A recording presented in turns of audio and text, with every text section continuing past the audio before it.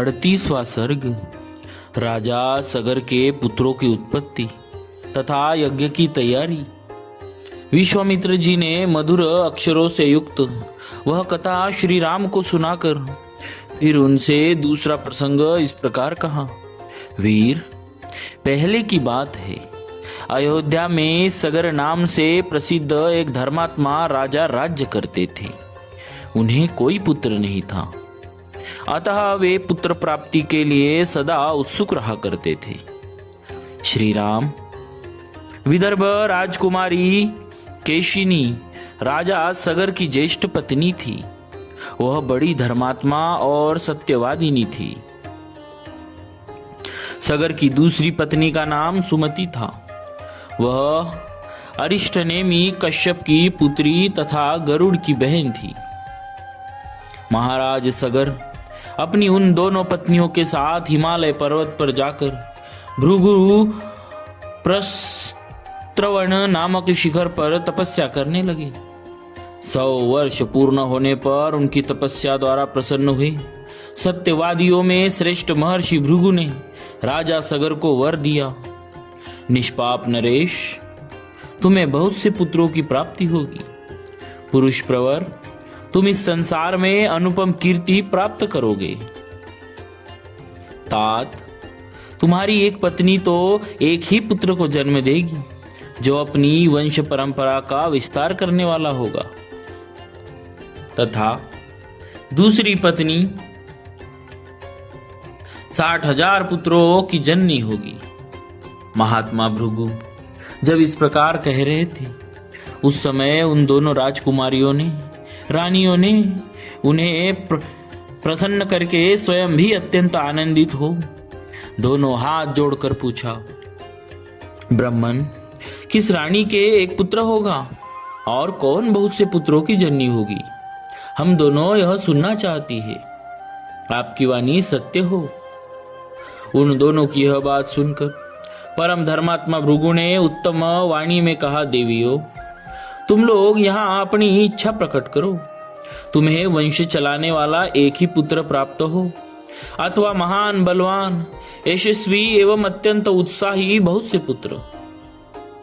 इन 2 वरों में से किस वर को कौन सी रानी ग्रहण करना चाहती है? रघुकुल नंदन श्री राम।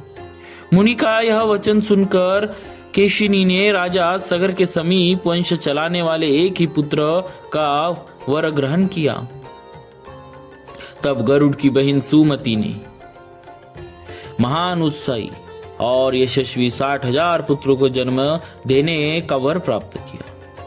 रघुनंदन, तदनंतर रानियों सहित राजा सगर ने महर्षि की परिक्रमा करके उनके चरणों में मस्तक झुकाया और अपने नगर को प्रस्थान किया। कुछ काल व्यतीत होने पर बड़ी रानी केशिनी ने सगर के औरस पुत्र असमंज को जन्म दिया। पुरुष सिंह। छोटी रानी सुमति ने तुम्बी के आकार का एक गर्मपिंड उत्पन्न किया। उसको फोड़ने से 60,000 बालक निकले। उन्हें घिसे भरे हुए घड़ों में रखकर धाइयां उनका पालन पोषण करने लगी।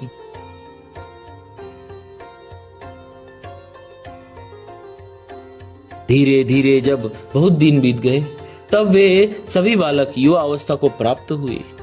इस तरह दीर्घ काल के पश्चात राजा सगर के रूप और युवा अवस्था से सुशोभित होने वाले 60,000 पुत्र तैयार हो गए। नरश्रेष्ठ रघुनंदन, सगर का ज्येष्ठ पुत्र असमंज नगर के बालकों को पकड़कर सरयू के जल में फेंक देता और जब वे डूबने लगते तब उनकी ओर देखकर हंसा करता। इस प्रकार पापाचार में प्रवृत्त होकर जब वह सत्पुरुषों को पीड़ा देने और नगर निवासियों का अहित करने लगा, तब पिता ने उसे नगर से बाहर निकाल दिया। असमंज के पुत्र का नाम था अंशुमान। वह बड़ा ही पराक्रमी, सबसे मधुर वचन बोलने वाला तथा सब लोगों को प्रिय था। नरश्रेष्ठ, कुछ काल के अनंतर महाराज सगर के मन में यह निश्चयित विचार हुआ कि मैं यज्ञ करूं। यह दृढ़ निश्चय करके वे वेदवेत्ता नरेश अपने उपाध्यायों उपाध्यायों के साथ यज्ञ करने की तैयारी में लग गए।